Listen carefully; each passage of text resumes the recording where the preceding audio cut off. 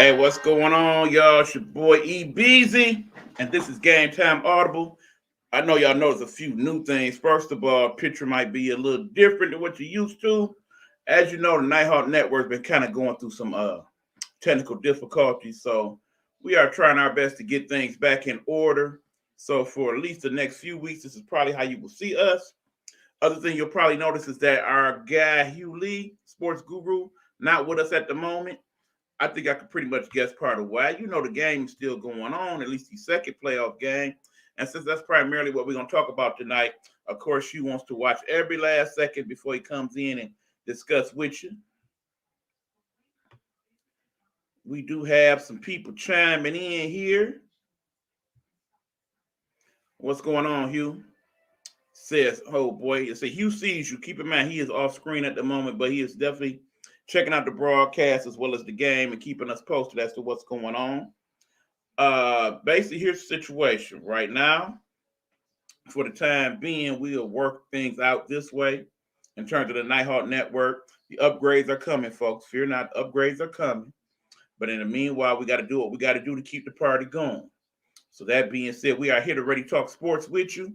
We basically are going to discuss some side stuff before we get to the games themselves. But keep in mind, we definitely want you guys to chime in.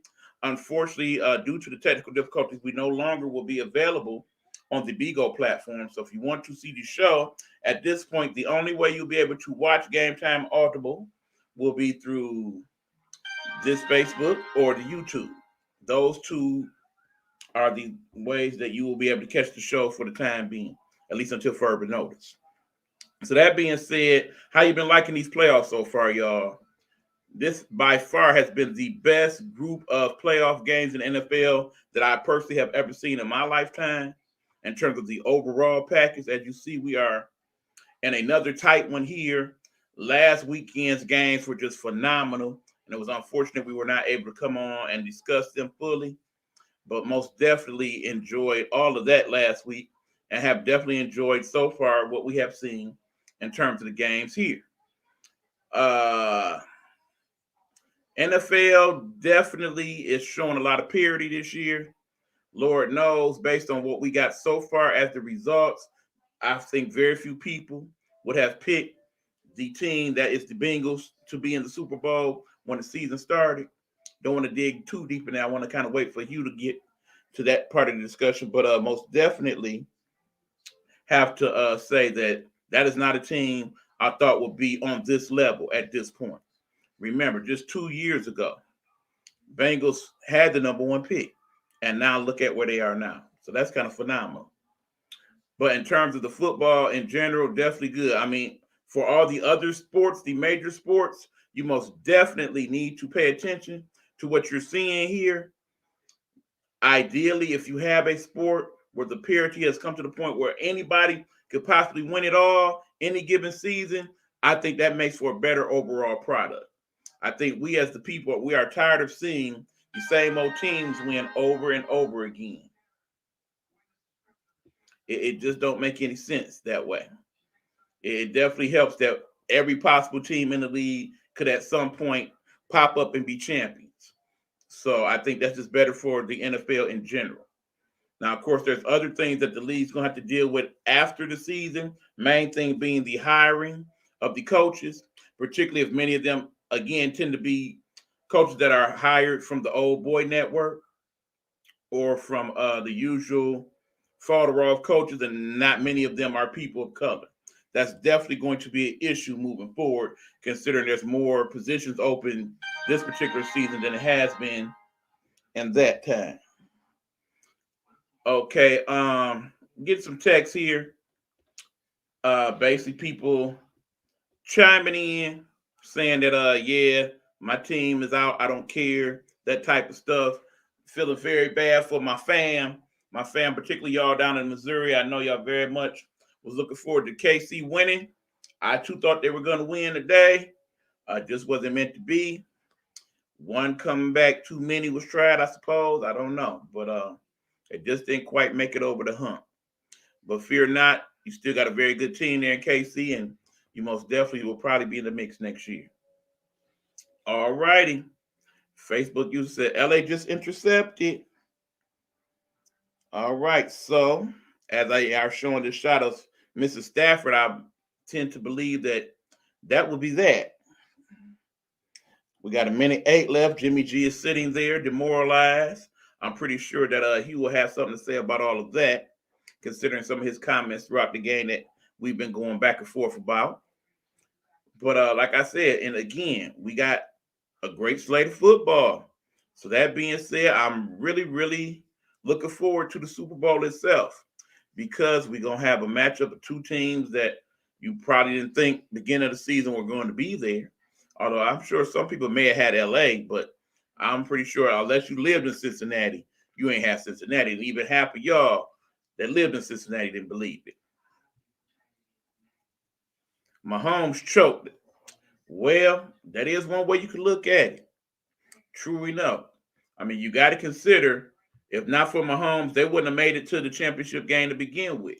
Let us not forget his heroics from the week before.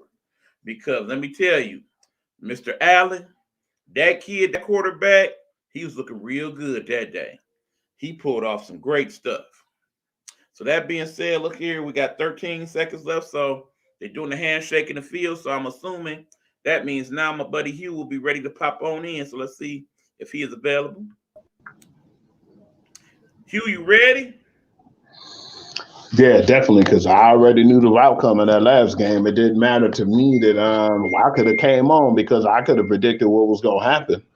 Well, the floor is yours, sir. Talk about it. Jimmy G trash. I ain't nothing I need to say, man. I feel like the decision to keep him when they did, and people always say how good he has been and how he win games and how they still winning. I even heard Debo Samuel say something like, "Look at his win percentage." Yeah, because they have a Super Bowl caliber defense. If that defense wasn't as good as they have been, man, that guy wouldn't even look as well, or they wouldn't even won as many games. So yeah, I'm not definitely surprised that it went down the way it did. I was surprised they squandered a 10-point lead, but I definitely feel like no league safe when you got Jimmy G at the quarterback, and good for them that they drafted a quarterback. So hopefully they can start the Trey Lance experience. So that basically answers my next question. You think this is it for Jimmy G, huh? I already knew his days was numbered. Taking them to a Super Bowl possibly would have got them to reconsider or even winning one, but I just feel like the bad decisions he make, it's like he made bad decisions at the wrong time, and it's like you had him and Stafford making mistake after mistake, but I felt like Jimmy G was going to do the worst of the damage, and that's what happened. To be up 10 and lose by three, that's kind of their personnel. And no disrespect, but Kyle Shanahan is a great coach. But then I know sometimes he overdo things or he overanalyze and overthink things a lot. And that's what it's about. Sometimes Kyle Shanahan can outsmart himself. But both of them were definitely to the point where they were trying to play chess, and they both were to the point where they were trying to outduel each other, and that's All what right. a lot of the mistakes came from. Okay, well, we definitely want to acknowledge some people in the room. We got Kenneth Dunwoody, Mimi Perry, Tamir Buckner, Big Joe in the building. Shout out to all you guys for checking out the broadcast. We appreciate you. Whether you popped in and out or not, look like some of y'all just popped in and out to discuss real quick. But here's the thing, Hugh. One, let's be honest. You done had it in for Jimmy G since the beginning. That dude don't sit right with you, and we know why. We know why. But all that being said, yeah, I gotta agree. Basically, it's something about Jimmy G that just give you that he not gonna quite get over the hump feel to him. And that being said, I'm pretty sure the Rams will be favored in this Super Bowl, but it's gonna be a lot of people saying, "Yeah, Matthew, this is the part where you." I think it's gonna be a lot of Matthew, but Lord knows in this area, it's gonna be a lot of people that's not gonna want to see him winning. But that being said, they done set up for success all along. It's like they said on the broadcast. Willie's Buckner people's in the building. What's going on? What's happening, family? Good to see you checking in. But yeah, remember, Rams been playing toward this end since the beginning of the season. They basically then sold all out. They done gave up draft picks. They done went and got OBJ. They done went and got your boy from Denver. They done basically mortgaged the farm, the car, the internet, and everything else to make this happen because they feel like this is their time. Their time is now. And they got that big $5 billion stadium, and now they are hosting the Super Bowl, about to become just the second team ever to be not only the host of the Super Bowl, but actually in the Super Bowl that they're hosting. So that's just more money overall for the franchise. So they are definitely in the driver's seat in this thing right now. But that being said, my concern about the Rams is this: you seen that game? You at Uh-huh. home. You at home. It's the championship conference game, and most of the people in the stands are San Francisco fans. Come on Yeah, now. that's it didn't look like it was SoFi Stadium or definitely a Rams raucous crowd, man. And at the same time, I just felt like that defense helped bail them out because Stafford was making some bad decisions too. The one play I was surprised with, he gave the guy a gift. He threw it right into his hands, and my man just dropped it.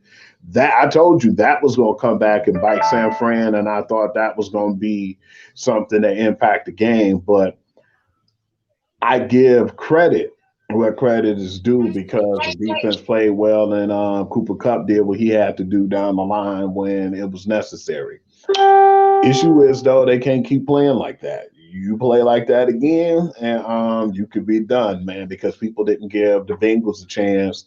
The Bengals was getting outscored, and they were basically getting thumped in that game. They were down by 18 points. At one point, it was 21-3. And then I thought that we had a ball game when I saw it, but you can't never count that team out. So Stafford have had to do a little bit more soul searching. Hopefully, he don't make a lot of mistakes and just play better football. But like you said, when the stage get that big, though, man, the stage is big in the playoffs, but ain't no stage like the Super Bowl. We seen some of the best of them choke in the Super Bowl, man. That's pressure that you never had before. And it's pressure because too, yeah, they're going to be comfortable. Everything is going to be to the point where they can still do things their way and have their pace of, they're going to be at home. So they're going to have a better pace of even game flow, and they're going to be more comfortable because they don't have to do any moving around or any traveling. A lot of times that still don't matter, but to be at home, that's a comfortable fit. But like you said, the scary part about it is, man, that ain't home to them right now because the way San Francisco fans packed it up and the Raider fans, and it was like a lot of those Los Angeles teams in the past go there and just take it over, man, especially the Raiders. They definitely didn't too much care about having the Rams there in the first place. They wanted to keep the Raiders before they moved to, Oakland and then move to Vegas. So yeah, it's gonna be a pretty interesting one, man. Like you said, for sure the Rams should be the favorite, but at the same time, man, you can't sleep on them boys, them Bengals, man, because Joe Cool 2.0, man, he's showing you basically, man, he got something in him, man, and he's special, man. This is second year. They went from one of the worst teams to one of the better teams to being in the Super Bowl, man. It was like they don't got no fear in them. Yo, what's up, bro? Yeah, I mean, bottom line is the worst thing that can happen in this scenario is what's about to happen now. Every year they switch it. So one year you got 1 week to wait for the Super Bowl. Next year you got 2 weeks. This year you got 2 weeks. That's the worst possible scenario for 2022. Let me explain a few things. One is 2022, and like it or not, we still are in the midst of a pandemic. So that's 2 whole weeks that we got to try to keep everybody COVID free and out the way to make sure that they are eligible to play in this game, first of all. Second of all, worst case scenario, you got the team that's at home. Instant advantage for them. You got the other team off in Cincinnati, probably one of the coldest places in America right now. considering the weather that we got coming this way the next couple of weeks, it's not going to be to their advantage to be around. If I'm the Cincinnati Bengals, I'm basically getting ready these first few days, and I'm telling everybody, look, we packing up and we going to Beverly. In other words, we going to California this week, and this is where we gonna be. We gonna practice out here. We gonna acclimate ourselves. We gonna stay out the way, and we gonna get ready to play. Because in the end, right now, if you Cincinnati, you playing with the house money. Okay, remember this team 2 years ago had the number one pick. They only won 2 games that year. And they went from that to being in the Super Bowl. That's why I said on my Facebook earlier, could you imagine? Could you imagine the story of them coming from nothing to this in just 2 years? That is one of the best sports stories of all time. How could you not want that to happen? Go ahead, Hugh. And the thing is too with him, man, what I like about Joe Cool, man, which I don't like, but then I do like because he was with LSU and that was one of the most prolific teams they had in history and football, man. And it was pretty cool to see like Clyde Edwards Hilaire and Jamar Chase and a lot of them guys kind of interact before the game. And Burrow, man, it just seems like we start to see where his talent was, man. I think that Juju Smith-Schuster basically was doing stuff that he shouldn't at one point, and it was kind of bush league. Like he'll get on the people logo and do all that crap on TikTok. We old school. We don't play that, man.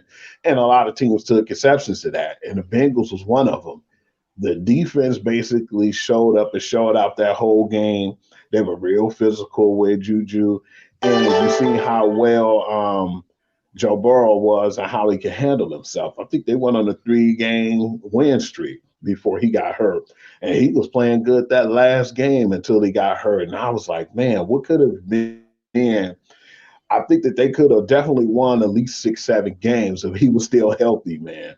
But it was unfortunate he got hurt, but I didn't think he was going to come back this strong, man, because of some of those plays in the game where there'd be like third down and 10, third and 12. He got those plays with his legs. And ain't no way in hell he was supposed to get past Chris Jones. Chris Jones had like him by a shoulder pass, and he rolled up out of that play and jumped out from him grabbing him by the ankles. And I was like, man, this guy is playing. And they got the will to win. At the one point, Jamar Chase wasn't catching much, man, because they double teamed him. But then you can't just double team him and think nobody else gonna get off because they still got Tyler Boyd and they got T Higgins, and T Higgins got off, man, and it was just really good to see. I was definitely intrigued with that matchup because when, like you were saying before, when KC was up, man, they were up, and they did that the first game. They were up like by 18 and they cut that difference and pulled away with it. So yeah, that actually surprised me.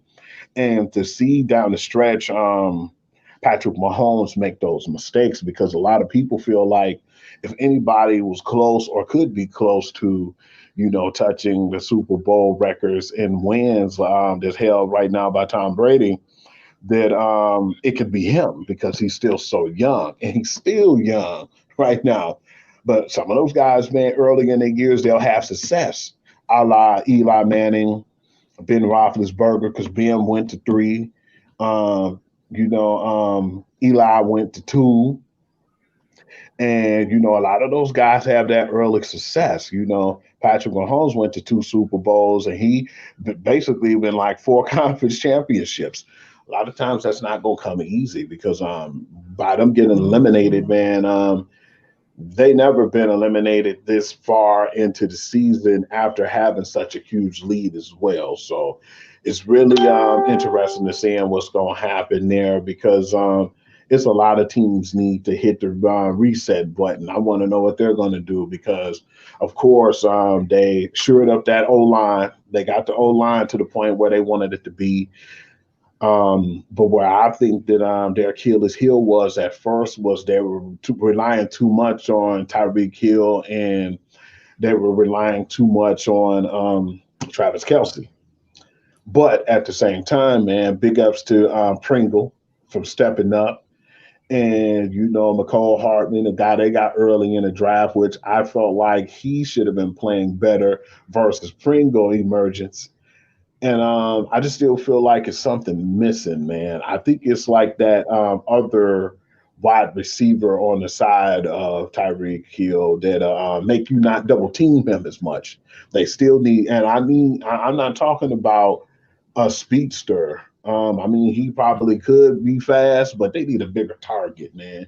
Because you see those passes that Joe Burrow was throwing on T. Higgins, man. He was like too tall for them, man. If he could put it in certain areas, those guys couldn't get to the ball, man. So I think they're going to need more of a physical and a bigger target, like a Mike Williams type target, or someone who um, can get the pressure definitely off Travis Kelsey, but make you think twice before you double team Tyreek Hill, man. Because it was double and triple teaming him because they always knew where that ball was going.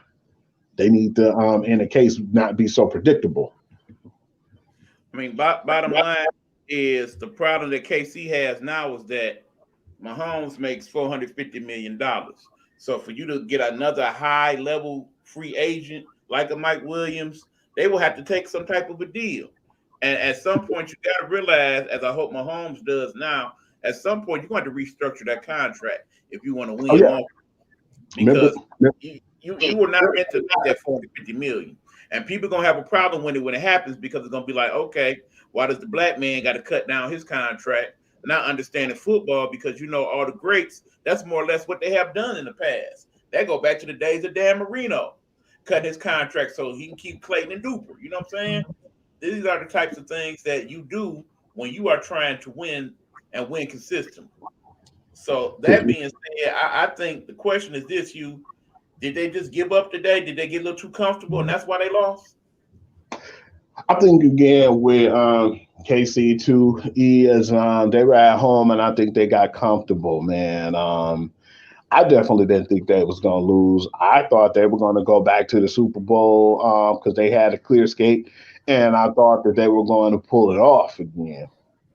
But every team got to play on any given Sunday, man, and that's what happened. I don't know what it is, but they got a lot of good players over there over in Cincy.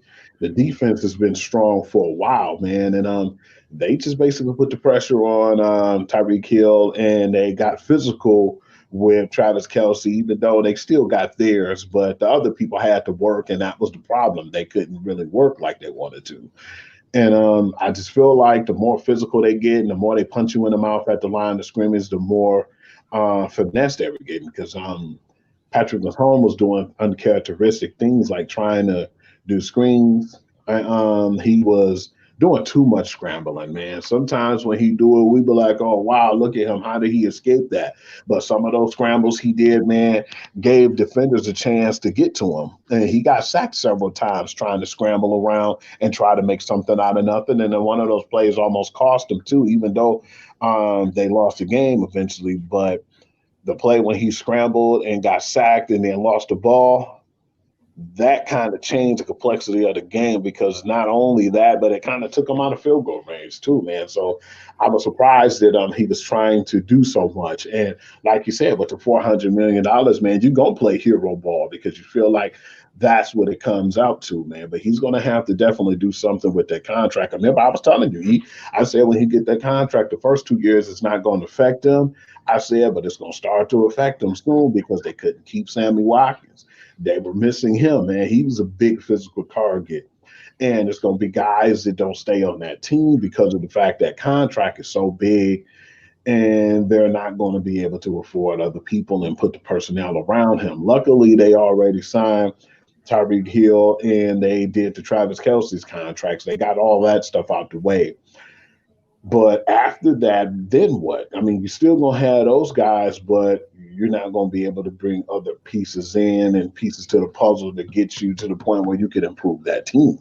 Because right now it's like you look at that team and you look at that offense and you look at that defense, which the defense is not really all that great. I just felt like Spagnola had really good schemes for them that fit their personnel. And one of the good things they did do, which I think is possible, I would keep Melvin Ingram. But can you afford to? That's the question. Not looking like it unless he take a pay cut, and that's what it is. People are going to have to take pay cuts to play with Patrick Mahomes. But do you really want to do that? Because like at the end of your career, man, you want to try to get a little bit of money's worth.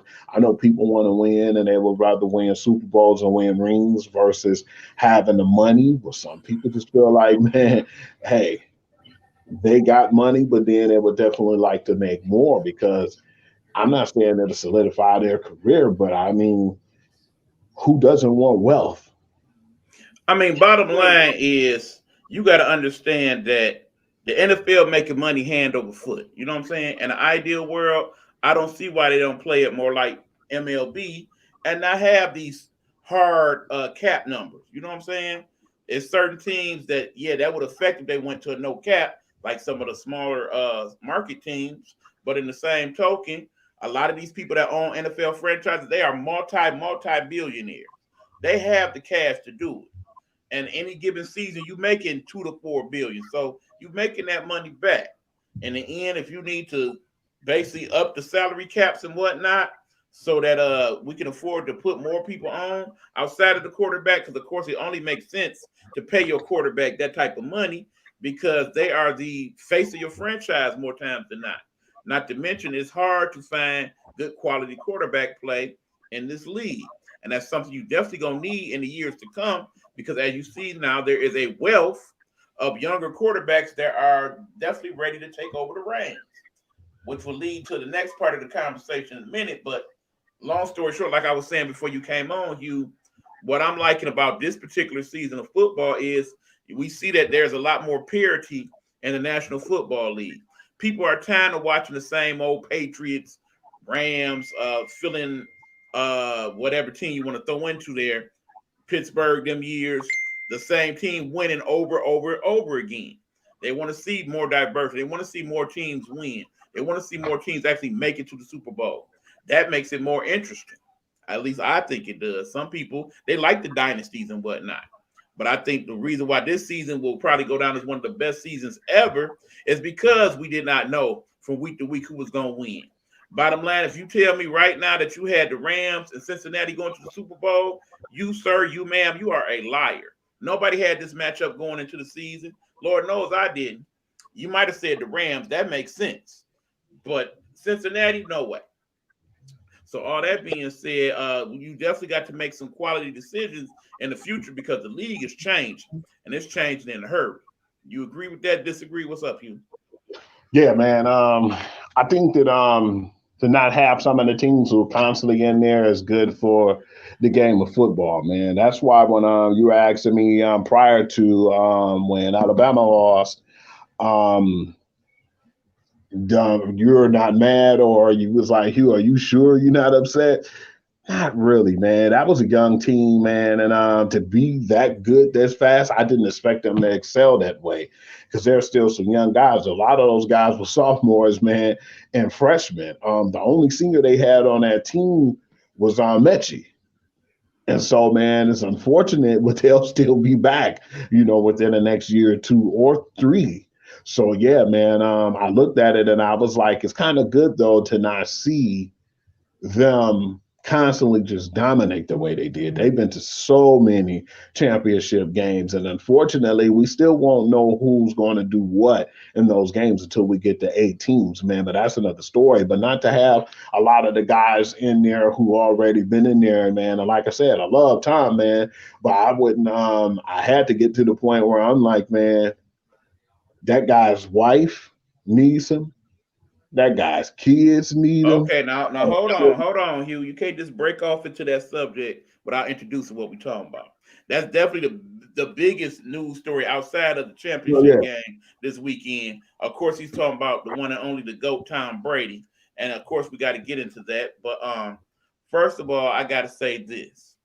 In terms of what we're seeing in sports in regards to some of the better players, I still need people to understand these are some of the best we will ever see in any lifetime. When we talk about the peoples like Tom Brady, when we talk about Rafael Nadal, who I want to mention briefly today, as he became the all-time singles champion in tennis today with his win in the Australian Open. When we talk about people like Tiger Woods and Venus and Serena and all those type of people, as the years go on, you will understand that these people really were the best. It's not about to be just another Serena out the blue or another LeBron or nothing like that. You will see good players still, but you won't see people that just overly dominate the sport. It's too many good quarterbacks in the league right now to have another Tom Brady. I don't see nobody beating that record of 7 Super Bowl wins at quarterback. I see nobody doing that because there's too many good options. One year it's gonna be Mahomes again. One year it may be Burrow. One year it may be your boy in San Diego. Well, LA, but you know what I'm saying. It's a lot of good young quarterbacks out here. So we got to understand when Tom Brady is looking at the same thing we looking at.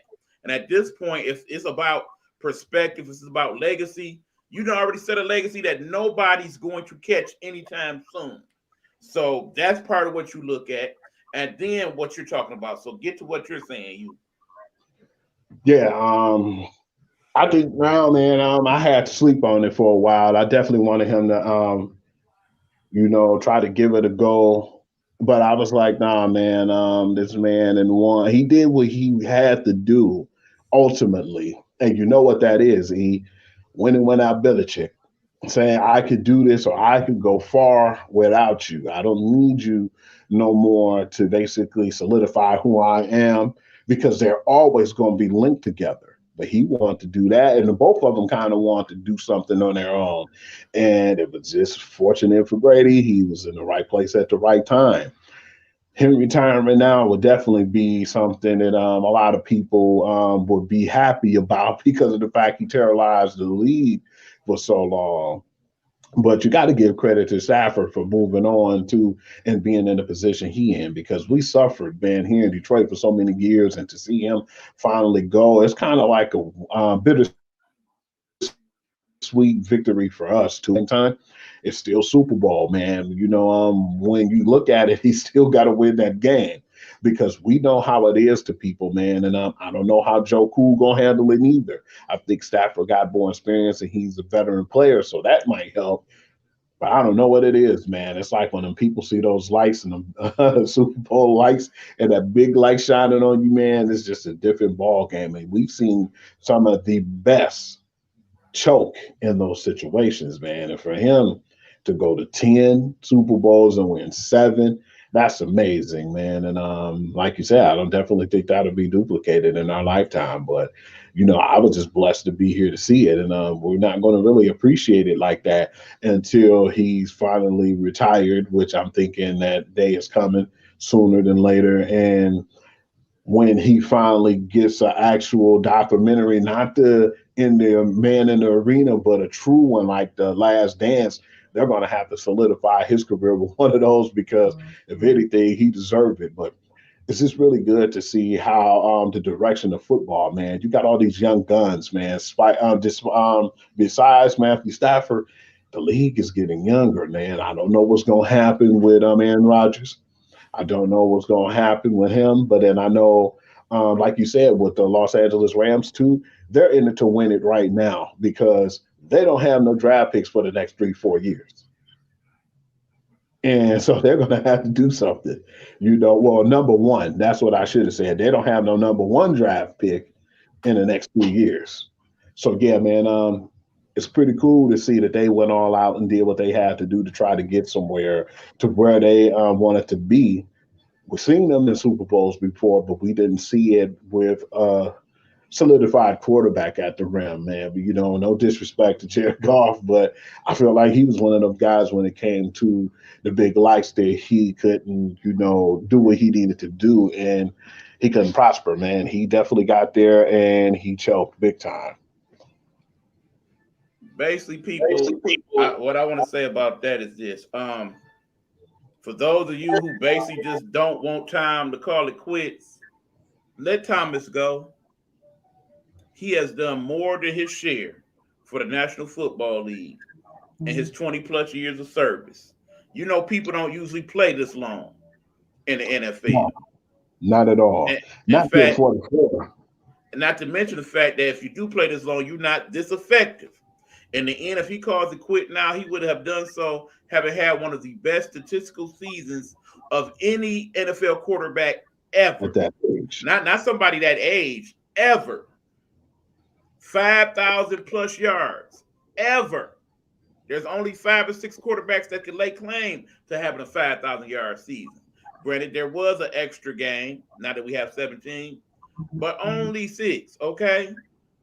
When you look at the man who will eventually have the lead in most completions, most attempts, most touchdowns, most wins, you name it, it's just this long list. Remember, 10 years ago, we was talking about Brett Favre on that list. He had many of those records that now that Brady owns and probably will not be topped, some of them.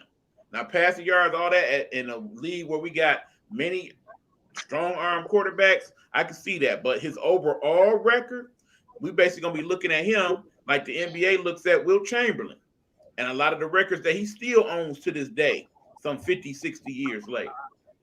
So right now, my thing is I want Thomas to call it a career. He ain't got nothing left to prove to me, you, or nobody else. The only thing he got left to do is to be to his family what they need him to be. He's older now. They getting older now. They need him around more, okay? I'm looking at it not only from the standpoint of being a fan of Tom Brady, but a fan of the man who is Tom Brady. And his wife in particular has sacrificed much to be in that life. For all the money that she has obtained over the years, she probably could have done that much more if he had shut it down years ago, like she had liked for him to do. But she basically played it out. But in the end, remember, when all is said and done, he plays football for a living. And even though they've changed the rules for quarterbacks so they don't get messed with as much, the day will come when he wakes up 5, 10 years from now and he is sore and his body is broken and hurt. And even though he's kept remarkable shape of himself, that's going to come back to haunt him all these years of playing football. So while he is still able to literally walk away, it is time. You see that the future of the NFL is in good hands with all these young guns, no doubt about it. So there's nothing left to hold on to. I understand some of y'all, you love Brady. Some of y'all hate Brady. And y'all can't wait till that day when he walk away because you got tired of him dominating. For those, yeah, it's time for y'all to get that up too. And accept the fact that now, with no Brady, the league is wide open. So what's your team going to do? Like I said, from a team standpoint, I would love for Cincinnati to win the Super Bowl. But at that point, I put that much more pressure on my team, the Lions. Because if they can turn it around in 2 years and go to the Super Bowl, what y'all about to do after all these years? Okay? It's time. It's time to get it together. But yeah, go ahead, Hugh. Yeah, man. A lot of people, and then I know Prize, one of them, was definitely cheering and doing backflips when they was hearing about Brady possibly hanging it up this year. But one thing that he has that I don't think any of y'all so-called quarterbacks or guys that y'all feel like who y'all feel like want to win now, I don't think that they'll never have that opportunity he has. And it's not really an argument. You could say that he can, but I'm not sure if they will. That man, if you look at his career overall from when he was 20 and to now when he's 40, that guy had 2 Hall of Fame careers, man. He won 3 Super Bowls in his 20s, and then he won one when he was almost 40, and he won the other ones later down the line, you know. So yeah, man, I feel like that could be a statement that I don't think they'll do it, but yeah, that guy had 2 Hall of Fame seasons, man. From I mean careers. That's gonna be hard to duplicate, man. But I don't want to put too much time on him right now. I just want him, and I want to respect his wishes whenever he do come out.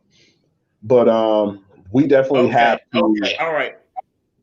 Hugh, I need you somewhere in the recesses of your mind to accept the fact that Brady is about to be done.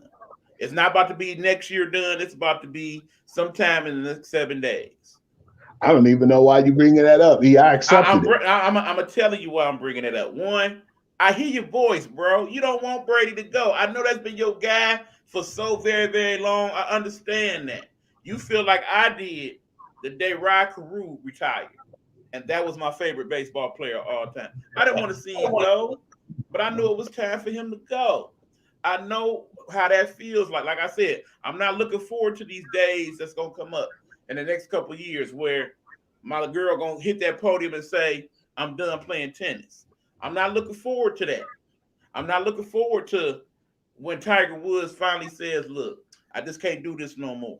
And I can't see me being on a senior tour. I'm not looking forward to any of those times. It's not even an issue of that. I mean, bottom line is, as I told you yesterday, if Tom Brady wanted to kill this narrative, just like Thanos, you come on somebody's broadcast today and say, hey, I ain't say that. That's somebody thinking I was saying that. The fact that it's 24 hours later and he has not come out with that statement, the fact that tomorrow, when he does his own podcast, which is called Let's Go, Mondays on Sirius XM, if y'all want to check it out. Because everybody named Mama gonna be listening to that podcast to see what he gonna say. Because the first thing Jim Gray, his good buddy, is going to ask probably is these things true? Are you going to be gone? And we will know tomorrow, not next week, not later on, if he's going to retire. Because either he's going to flat out say, yeah, I'm going to do it, or he's going to say, yeah, I'm kind of mulling it over. And the way he talks about it is going to indicate to you, yeah, he about to do it. He just wants to do it in his own time. My only thing I'm upset about is the fact that if somebody leaked that information before he was ready to say something about it, you robbed him of his opportunity to set his own narrative. If anybody has earned that right to go out on their own terms, it is Thomas Brady. No doubt about that. I looked at it because he didn't deny it. And that's why I was over it. Because if you're not denying it, he basically didn't say, "Oh, I ain't say I was gonna retire." He said, "No." He was like, "I'm still, trying to get myself together, and I'm still trying to decide." But you see, the proof is in the pudding right now, man. I seen that picture of him and his family riding them bikes. I've seen Stephon Gilmore give them shouts out, Mike Evans, Julian Edelman do a victory lap. And when I saw those, I said, uh-oh. I was like, yeah, he's not denying or he's not telling them, oh, no, it's not over with yet. And Rich Eisen, somebody he's very dear and close to, from the Michigan bond. Yeah, when I started to see that, and I was like, man, it basically woke me up and said, yeah, it pains me somewhat, but then it's like, man, I don't got nothing to prove, man. And when I saw that, I definitely knew. I was like, it's the end for him. Please read this message. Somebody betted $20 on the game and won $500,000 because of the final score. Damn. And Which keep one? in The mind, Rams and 49ers? I'm assuming so. And we definitely got to get into that at some point in the next couple of weeks on the show. How online betting has definitely changed the way that we are viewing these games. And that being said, I'm going to definitely put my money on Joe Burrow for Super Bowl MVP because that's probably going to be a lesser odd. I think the betting favorite clearly at this point is going to be either Cooper Kupp or Matthew Stafford. We know that. But my thing is, you want to put your money on the least possible, most possible, because that's where the money gonna lie. So I'm really interested to see how the betting's going to go. Understand that this Super Bowl here, based on who is in it and who is left, is going to be the most bet upon Super Bowl of all time. Especially since we got 2 weeks to decide who we betting on. So that's definitely going to come into play somewhere in the discussion these next couple of weeks.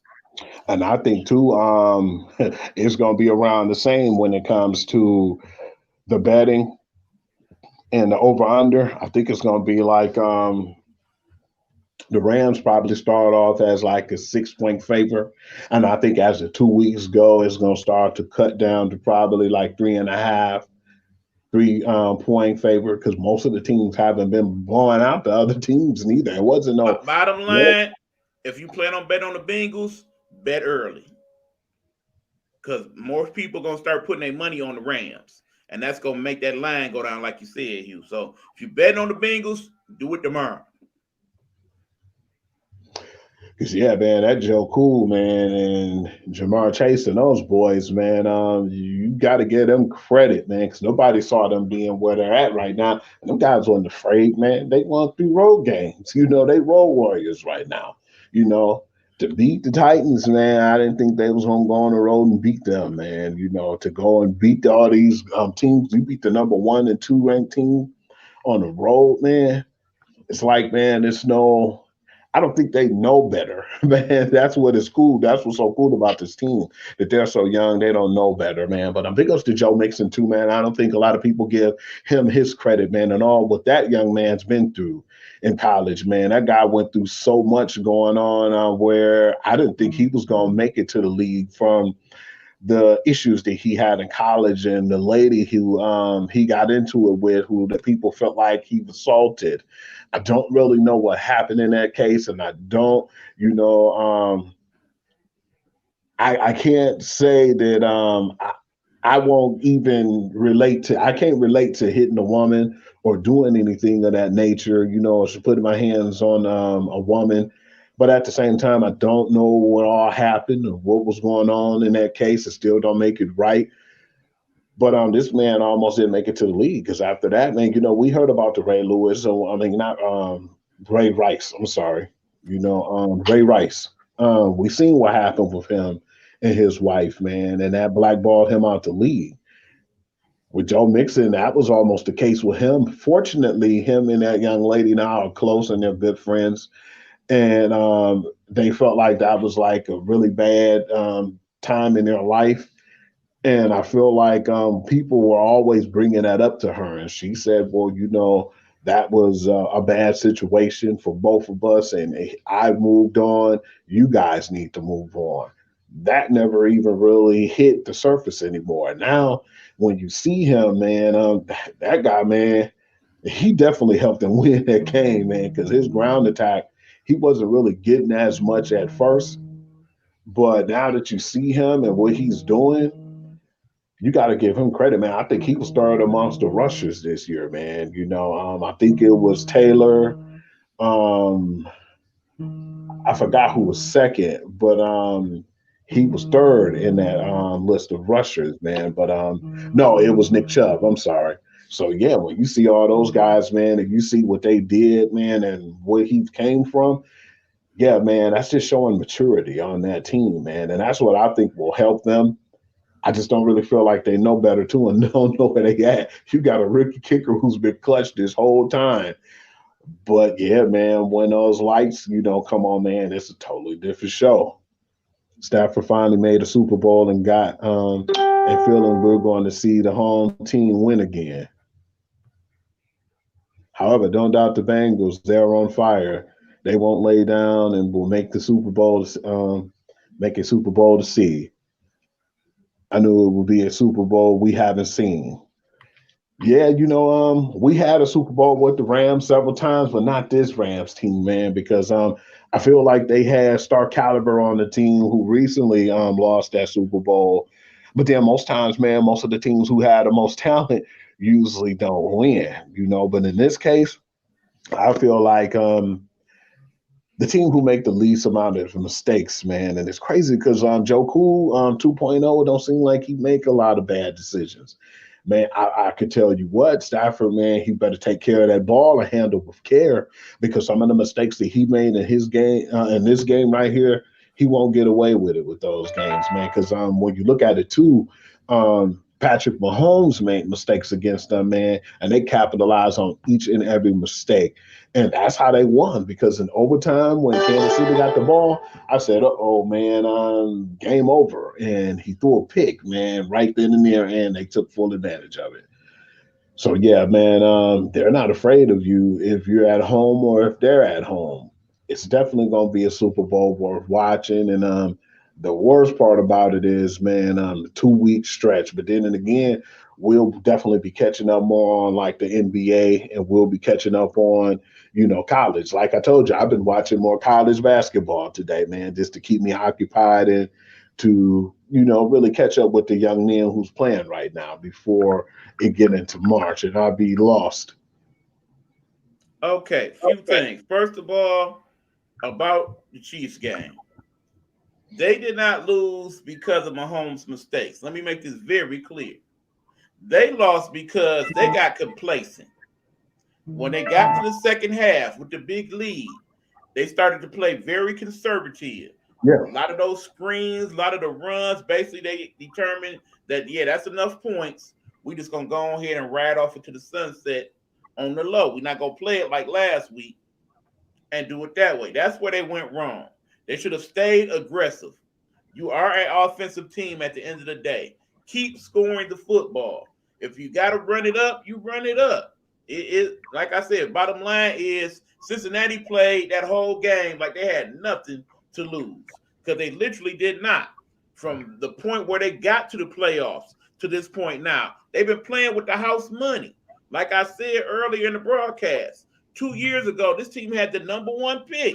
They had the worst record in all of football. And now here they are in the Super Bowl because they played with balls out, balls to the wall. Let's do what we can do. We're going to shock the world. Similar to how those good old kids down in Michigan did years ago. That's what they remind me of in terms of the mentality of, hey, we here and we ain't afraid. We going to play. And if we win, we win. We don't, we don't. When you saw Joe Burrow on the sidelines during overtime, that dude's expression did not change, not one time. He was not afraid. The moment was not too big for him. Notice Jimmy G in this last game. Notice how he was all fidgety, all still trying to throw the football and all of that. In the end, he'll be blaming the fact that he was injured and everything else. I ain't trying to hear none of that. These kids now, they got ice cubes in their veins. I go back to a couple of weeks ago when Herbert played and how calm and collected he seemed and how he just made something out of nothing damn near every other play just to get them to that point where they could have won the playoff. I think about your boy Allen and how they messed around and almost beat Kansas City the week before. Because in the end, that was the game that they probably should have lost, truth be told. But today was their game to have. They got complacent and they played scared. For that, I don't blame Mahomes. I blame Coach Reed and Coach Bieniemy. And that's not going to help him and his getting a job later on down the line. Because people will look at that and that will be the excuse they use to once again not hire him. Because in the end, if this man does not get one of these last 6 or 7 jobs this time, you might as well just stay a coordinator. Because it's been 4 or 5 years now, and nobody has hired this man to be their head coach. And he has interviewed for several teams, including our Detroit Lions, and has come up with nothing. But of course, we definitely gonna get into that on Wednesday as well. But Yeah, I because there's a will lot say, of changes. And we I definitely will, want to. yeah. Go ahead, Hugh. Oh, no, I'm sorry. You go ahead. No, I will definitely also say that in terms of this game, like I said, when it all comes down to who's the pressure on, clearly it's the Rams. Like you mentioned, they done spent all the money, they done gave up all the draft picks. The ball is in their court. It's not a win and be good with it. It's a Super Bowl win or bust at this point. So Yeah. they gonna have a long 2 weeks. Another reason why I hate when there's a 2 week period is because of some of what Hugh mentioned. I don't give a damn about Joe Mixon's past at this point. That was years ago. He has moved on. He has been a model citizen since that time. But all these stories in the next 2 weeks will come out because they need news.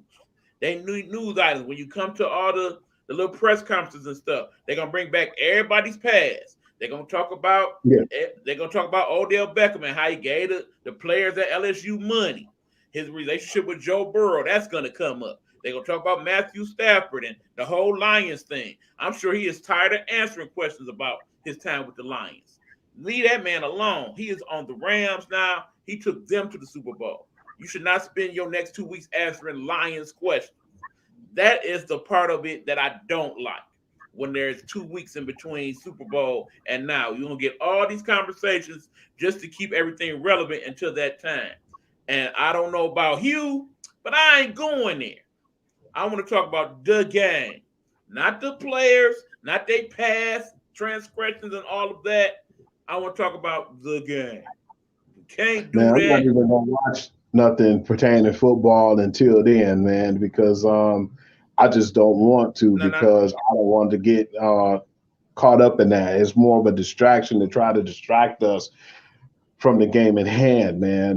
It gets too out of hand, but we're gonna see some boneheaded stuff going on with some of these NFL players. They're gonna have too much time on their hands, and some of them probably do some stupid stuff before the Super Bowl. Exactly. But I definitely don't want to even talk about it because, unfortunately, man, they seem like they reflect and they basically try to make a mockery out of our African American athletes.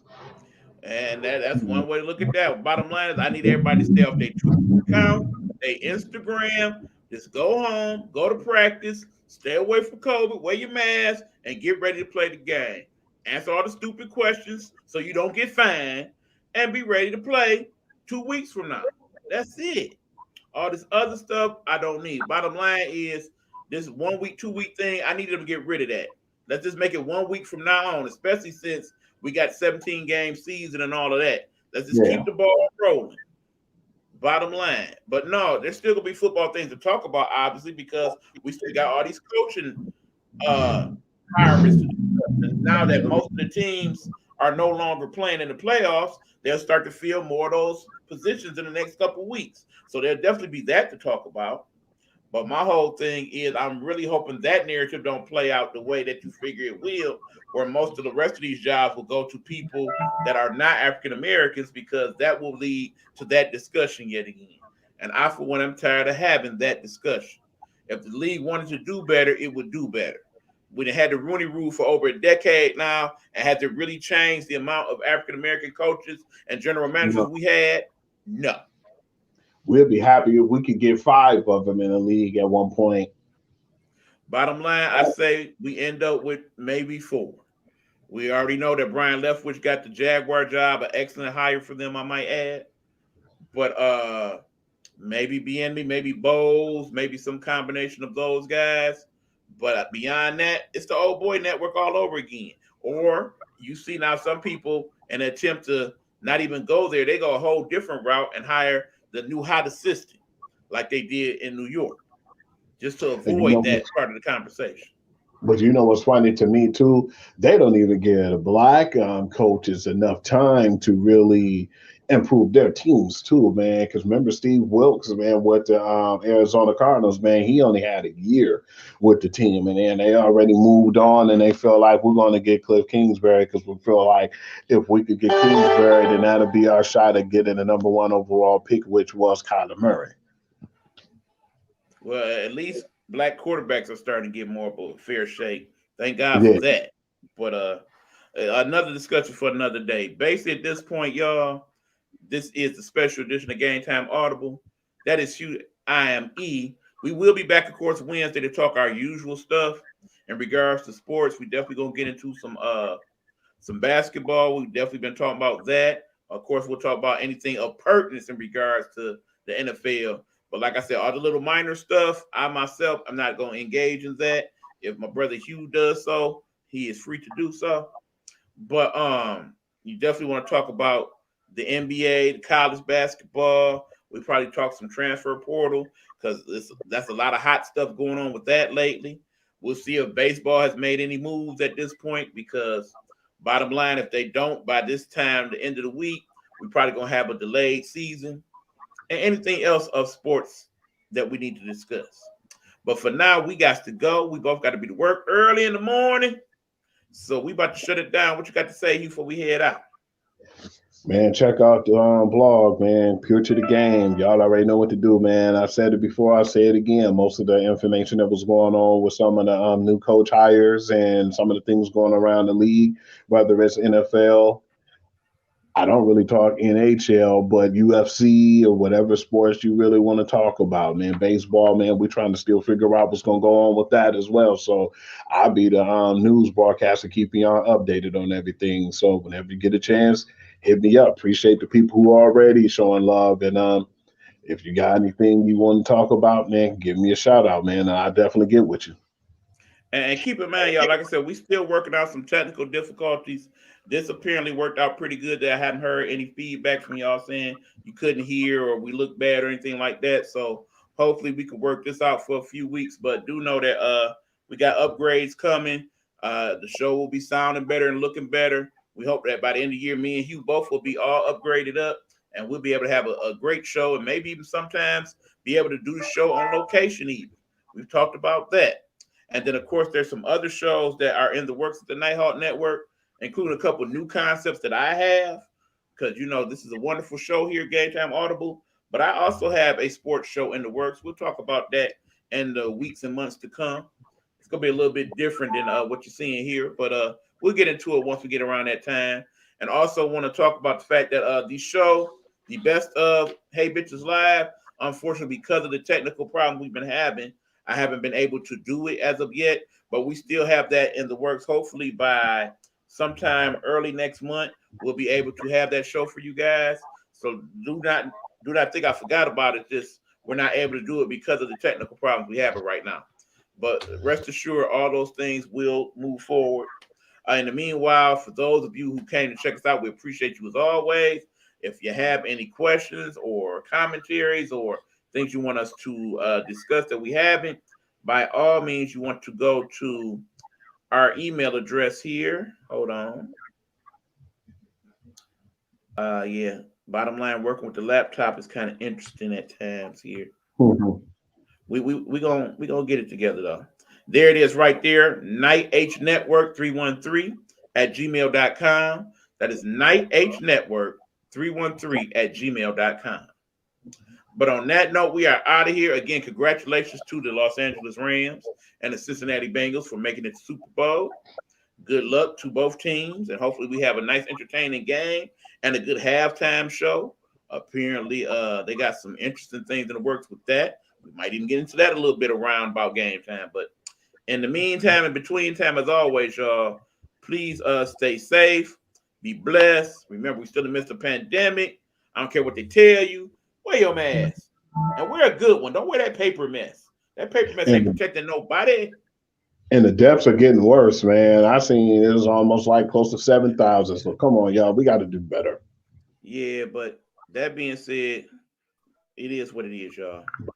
Okay, I don't know about you guys, but I'm about to rest it up and go check out my guy, Big Meech. They are on right now as well. So for those of you who are fans of Big Meech and Dish T, please go check him out over there. And to my brother Hugh and all y'all, we say good evening, and we'll catch y'all on Wednesday, y'all. Let me find that good old outro for us, and we can do this. Hold on. Mm-hmm. Oh, we gotta get them upgrades soon, y'all. This gonna kill me. All right, here we go.